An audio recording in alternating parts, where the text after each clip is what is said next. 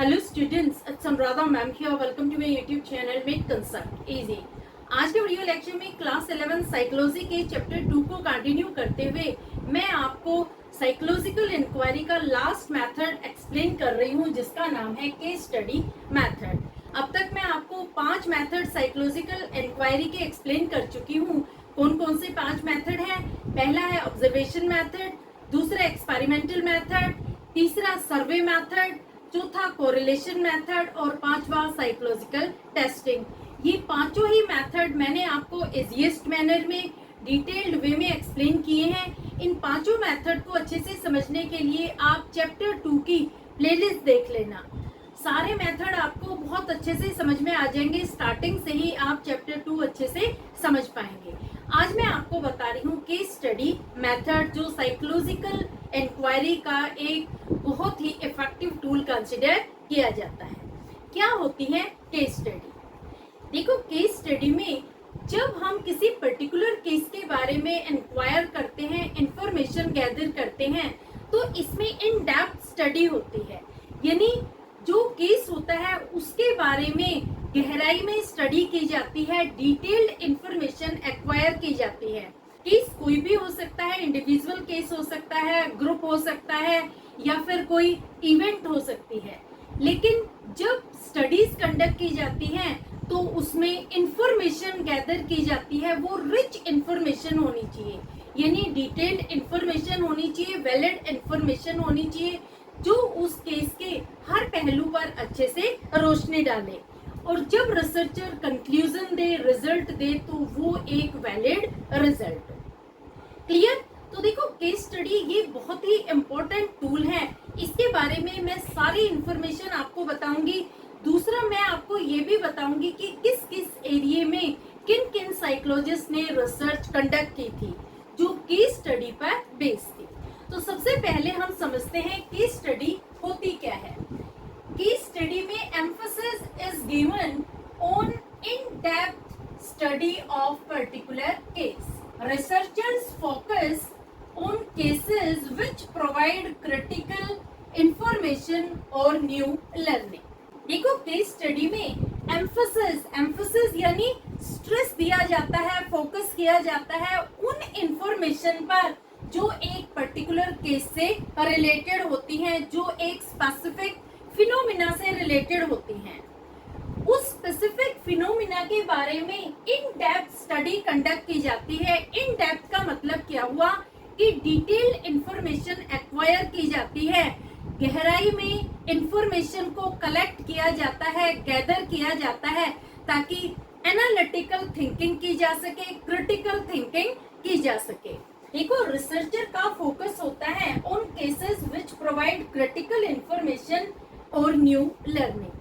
जब रिसर्चर कोई भी केस स्टडी कंडक्ट करता है तो उसका मेन फोकस होता है क्रिटिकल इंफॉर्मेशन पर, ऐसी इंफॉर्मेशन जिस पर वो स्टडी कंडक्ट कर सके। न्यू लर्निंग पर, न्यू लर्निंग का मतलब क्या हुआ? जैसे रिसर्चर को किसी फिनोमिना के बारे में, किसी इवेंट के बारे में कम इंफॉर्मेशन पता है, तो वो न्यू लर्निंग एक्वायर करना चाहता है, उस पर वो केस स्टडी कंडक्ट करके new learning, new information, critical information gather करके केस स्टडी कंडक्ट कर सकता है। देखो, रिसर्चर जब भी कोई केस स्टडी कंडक्ट करता है तो ऐसा नहीं है कि एक दो इंफॉर्मेशन के बेस पर ही वो कंक्लूजन डिराइव कर लेता है। वो बहुत सारी इंफॉर्मेशन गैदर करता है, बहुत सारे सोर्सेस से इंफॉर्मेशन गैदर करता है। उसके बाद जो भी डेटा उसने कलेक्ट किया है उस पर वो क्रिटिकल थिंकिंग करता है, अपनी रीजनिंग अप्लाई करता है, अपना कॉग्निशन अप्लाई करता है, और बाद में वो एक रिजल्ट डिराइव करता है, कंक्लूजन ड्रॉ करता है। तो केस स्टडी ये बहुत इंपॉर्टेंट टूल है क्रिटिकल लर्निंग के लिए, क्रिटिकल थिंकिंग के लिए, न्यू लर्निंग के लिए। तो जब रिसर्चर केस स्टडीज कंडक्ट करते हैं तो वो सारी इंफॉर्मेशन गैदर करते हैं, तरह तरह के रिलायबल सोर्सेज वो यूज करते हैं, डिफरेंट सोर्सेज वो यूज करते हैं, ताकि वो इन डेप्थ स्टडी कंडक्ट कर सके।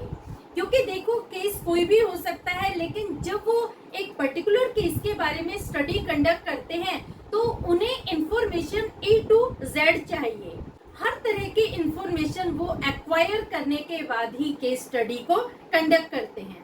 अब किस तरह के केसेस रिसर्चर स्टडी करते हैं, तो डिफरेंट केसेस होते हैं। देखो, केसेस कैन बी इंडिविजुअल, किसी एक पर्टिकुलर इंडिविजुअल पर वो स्टडी कंडक्ट कर सकते हैं। जैसे किसी पर्सन को डिसऑर्डर हो गया, डिसऑर्डर का क्या रीजन है, क्यों ये डिसऑर्डर हुआ, क्यों पर्सन डिप्रेशन में जा रहा है, क्यों आइसोलेटेड फील कर रहा है, उससे रिलेटेड सारी इंक्वायरी वो कंडक्ट करते हैं, सारी इंफॉर्मेशन वो गैदर करते हैं। जितने भी लोग उस पर्सन से रिलेटेड हैं, हर पर्सन से वो इंफॉर्मेशन कलेक्ट करते हैं ताकि वो डिसऑर्डर के बारे में पता लगा सके। तो जब केस स्टडी कंडक्ट की जाती है तो ये इंडिविजुअल पर्सन पर सेपरेटली भी कंडक्ट की जा सकती है। दूसरा, ग्रुप ऑफ इंडिविजुअल, जैसे रविंद्रनाथ टैगोर एंड महादेवी वर्मा। कई बार रिसर्चर क्या करते हैं कि ग्रुप ऑफ इंडिविजुअल पर भी केस स्टडीज कंडक्ट करते हैं। जैसे यहाँ एग्जांपल दिया है रविंद्रनाथ टैगोर और महादेवी वर्मा का, दोनों ही ग्रेट राइटर थे।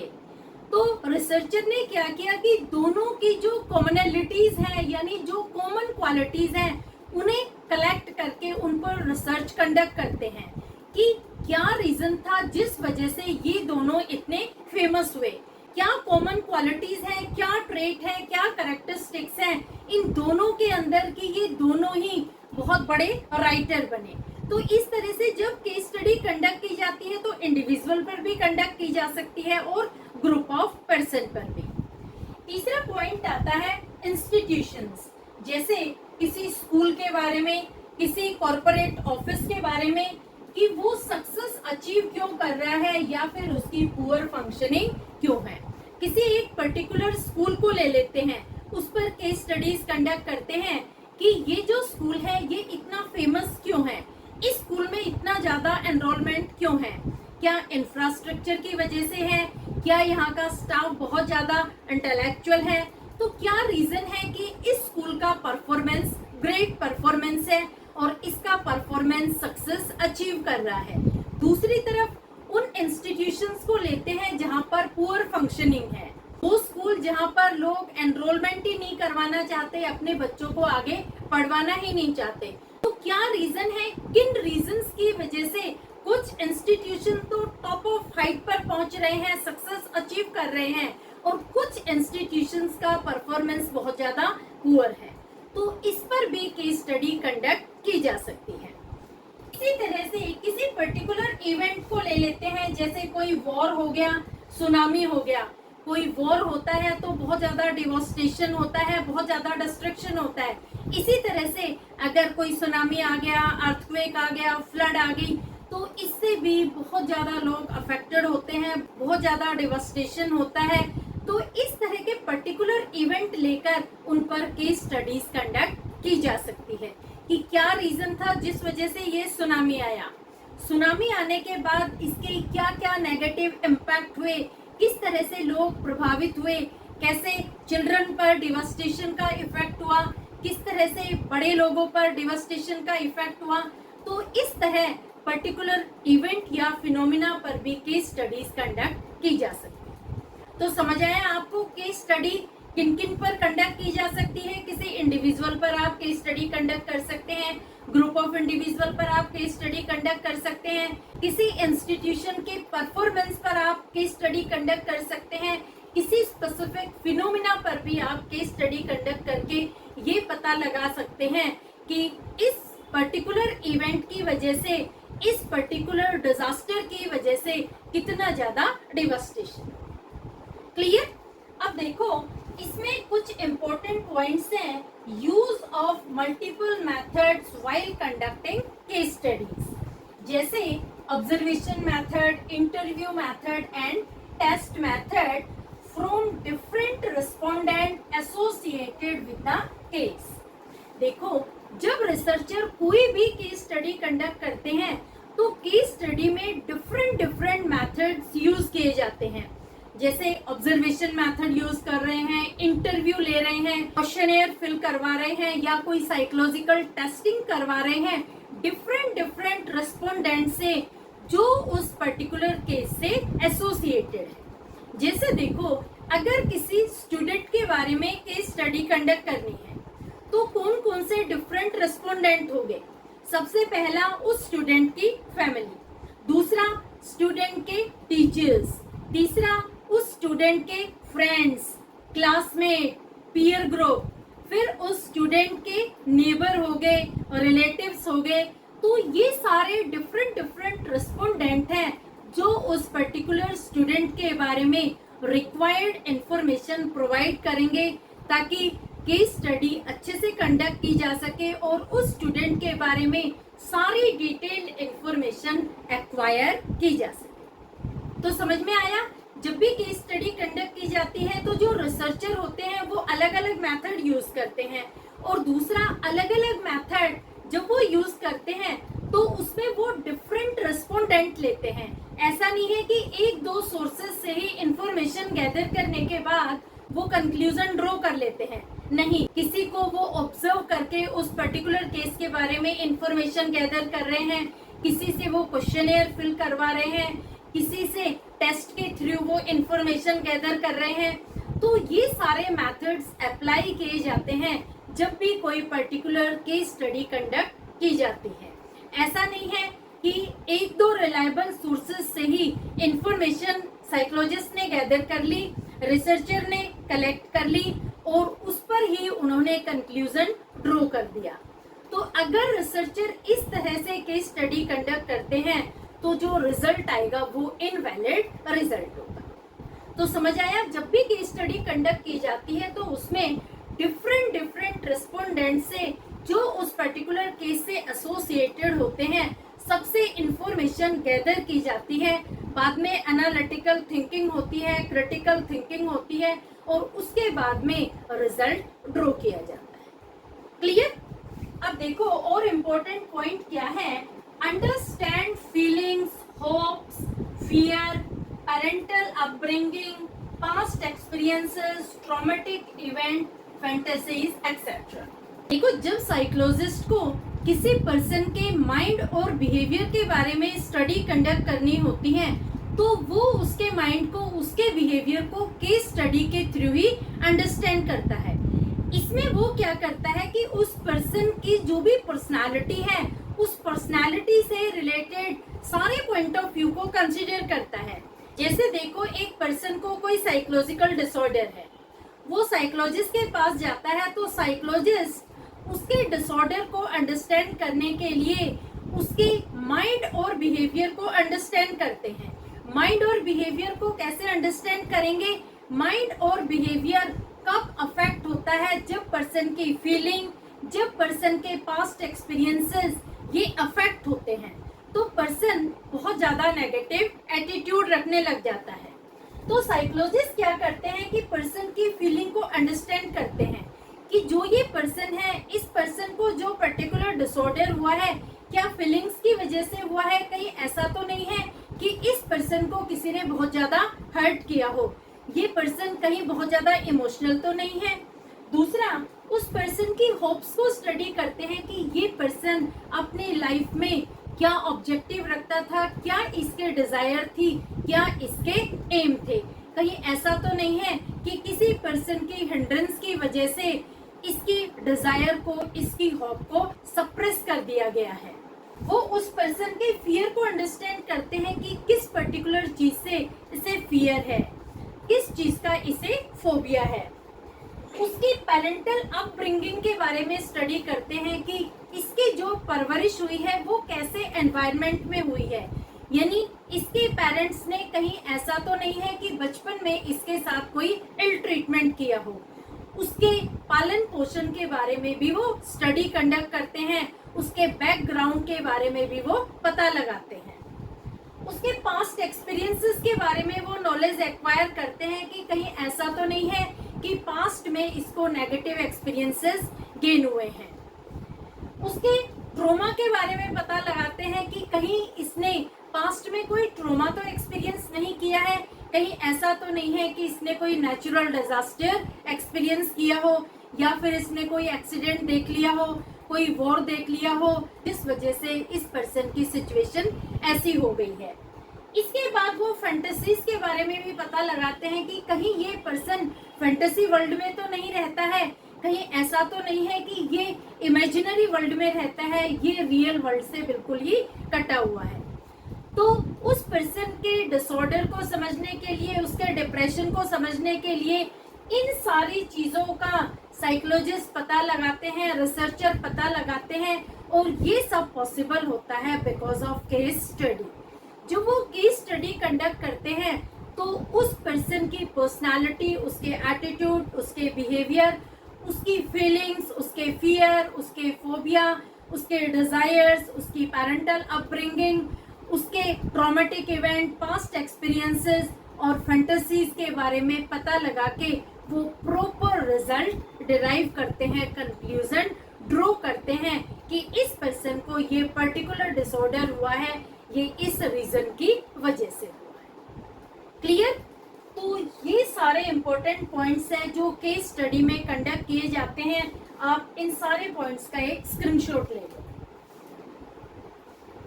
अब देखो, जो केस स्टडी होती है वो बहुत वैल्यूएबल टूल कंसिडर की जाती है कुछ केसेस में। कौन कौन से केसेस हैं? जैसे ये एक वैल्यूएबल रिसर्च टूल है क्लिनिकल और काउंसलिंग साइकोलॉजी में, दूसरा ह्यूमन डेवलपमेंट में।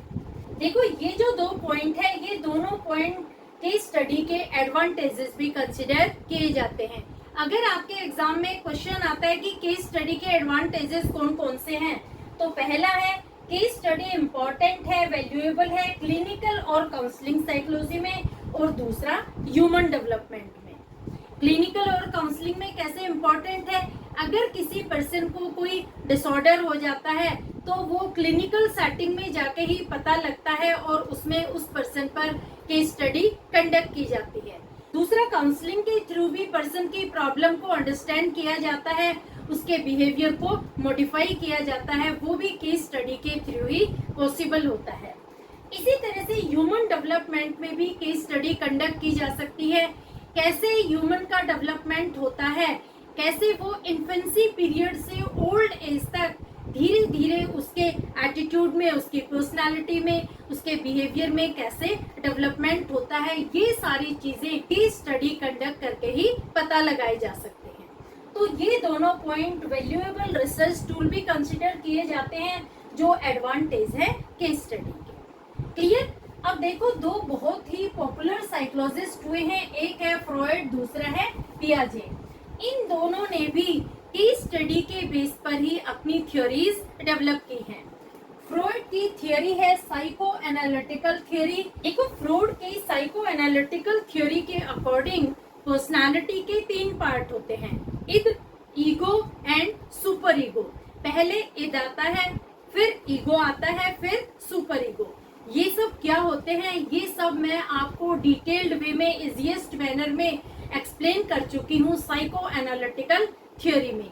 ये क्लास 12th का टॉपिक है। अगर आप इंटरेस्टेड हैं, देखना चाहते हैं, तो आप मेरा लेक्चर देख सकते हैं। उसमें मैंने आपको इद, ईगो और सुपर ईगो के बारे में डिटेल्ड इंफॉर्मेशन इजीएस्ट मैनर में प्रोवाइड की है, जो साइको एनालिटिकल थ्योरी में आती है। दूसरा है पियाजे।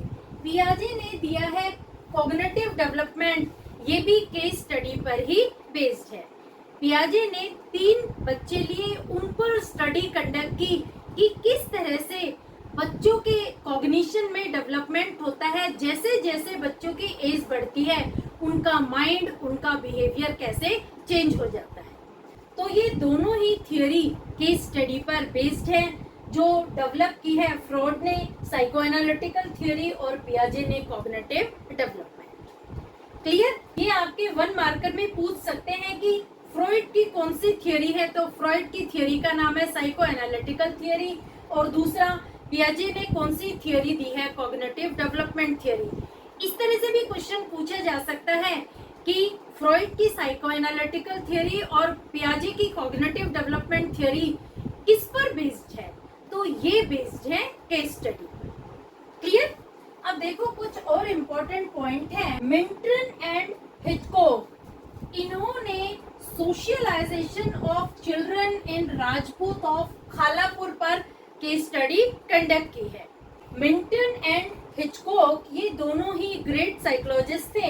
इन्होंने स्टडी कंडक्ट की कि किस तरह से खालापुर के राजपूत के जो बच्चे थे उनमें कैसे सोशलाइजेशन डेवलप किया गया, यानी खालापुर में रहने वाले जो राजपूत थे उनके बच्चों को कैसे सोशलाइज किया गया। सोशलाइज का मतलब होता है कि किस तरह से जो सोसाइटी की ट्रेट होती है, सोसाइटी की नॉर्म्स होती है, वो उन बच्चों में कैसे डेवलप की गई, इस पर इन्होंने केस स्टडी कंडक्ट की थी। तो ये 1 मार्कर में आ सकता है। किस तरह से पूछा जाएगा कि socialization of children in Rajput of Khalapur ये किसने स्टडी किया था, तो स्टडी करने वाले थे मिल्टन एंड हिचकॉक। दूसरा ये भी पूछ सकते हैं कि मिल्टन एंड हिचकॉक ने क्या केस स्टडी कंडक्ट की थी, तो उन्होंने केस स्टडी कंडक्ट की थी कि खालापुर के राजपूतों के बच्चों में किस तरह से सोशलाइजेशन डेवलप किया गया था, यानी किस तरह से उन बच्चों के अंदर सोसाइटी की ट्रेट डेवलप की गई थी, कैसे उन बच्चों के अंदर शेयरिंग और केयरिंग स्किल्स डेवलप की गई थी, कोऑपरेशन डेवलप किया गया था, किस तरह से इंटीग्रिटी डेवलप की गई थी। तो जो भी नॉर्म्स सोसाइटी में रहने के लिए रिक्वायर्ड होते हैं वो सारे नॉर्म्स उन बच्चों में कैसे डेवलप किए गए थे, ये स्टडी कंडक्ट की थी मिल्टन एंड हिचकॉक। क्लियर। दूसरा है Anand Lakshmi studied aspect of children in weavers community in Varanasi.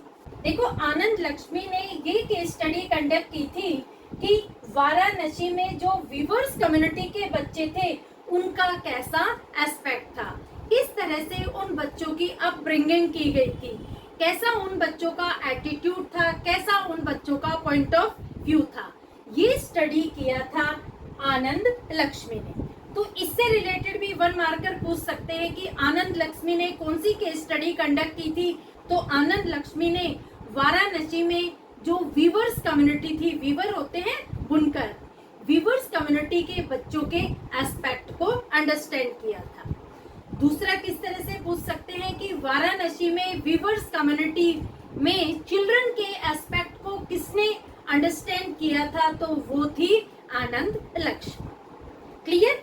तो ये सारे इंपॉर्टेंट पॉइंट है जितने भी मैंने आपको बताए हैं, ये मैच द फॉलोइंग में आ सकते हैं, 1 मार्कर में आ सकते हैं और फिलअप में आ सकते हैं।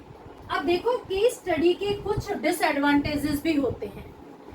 Research of case studies can not be generalized as every individual is unique. Be cautious while collecting information that should be valid and it should be gathered using different methods। देखो, case study का सबसे बड़ा disadvantage क्या है कि जो result आपने case study conduct करके डिराइव किया है उसे आप जनरलाइज नहीं कर सकते, क्योंकि हर इंसान यूनिक है, हर पर्सन की अलग अलग तरह की प्रॉब्लम्स है, तो हर प्रॉब्लम के लिए अलग अलग केस स्टडीज कंडक्ट की जाती है।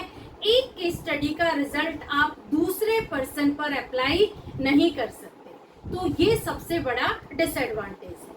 इसलिए जब आप केस स्टडी कंडक्ट करते हैं तो आपके लिए कॉशियस होना बहुत जरूरी है कि जब आप इंफॉर्मेशन गैदर कर रहे हैं तो सबसे इम्पोर्टेंट क्या है कि इंफॉर्मेशन वैलिड होनी चाहिए। दूसरा, एक ही सोर्स की इंफॉर्मेशन पर आप डिपेंडेंट नहीं होंगे, डिफरेंट सोर्सेज से इंफॉर्मेशन गैदर करनी चाहिए। तीसरा, जब आप इंफॉर्मेशन गैदर कर रहे हैं तो डिफरेंट मेथड्स यूज करने चाहिए। ऐसा नहीं है कि सिर्फ एक ही मेथड यूज करके आप इंफॉर्मेशन कलेक्ट कर रहे हैं। आप ऑब्जर्वेशन मेथड भी यूज कर सकते हैं, आप इंटरव्यू मेथड भी यूज कर सकते हैं, आप साइकोलॉजिकल टेस्टिंग भी यूज कर सकते हैं।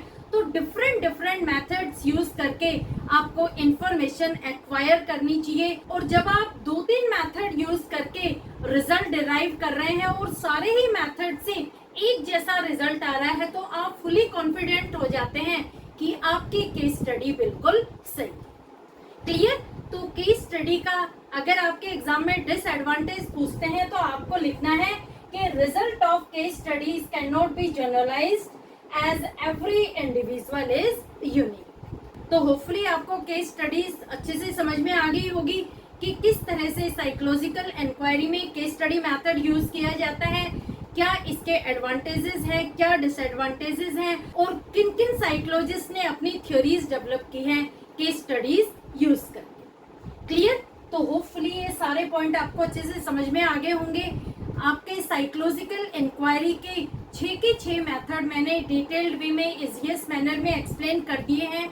लिंक अपने फ्रेंड्स को भी जरूर शेयर कर देना ताकि उनको भी सारे मेथड्स ऑफ इंक्वायरी अच्छे से समझ में आ जाए। ये जितने भी नोट्स मैंने यहाँ बनाए हैं ये सब आपको अवेलेबल हो जाएंगे मेरे टेलीग्राम ग्रुप पर। लिंक मैं आपको डिस्क्रिप्शन बॉक्स में दे दूंगी, आप मेरे टेलीग्राम ग्रुप को ज्वाइन कर लेना। क्लियर? नेक्स्ट टॉपिक मैं आपको बताऊंगी नेक्स्ट वीडियो लेक्चर में। होपफुली आपको समझ में आ गया होगा। फिर भी किसी तरह की कोई क्वेरी हो तो feel free to comment in comment box. Thank you so much.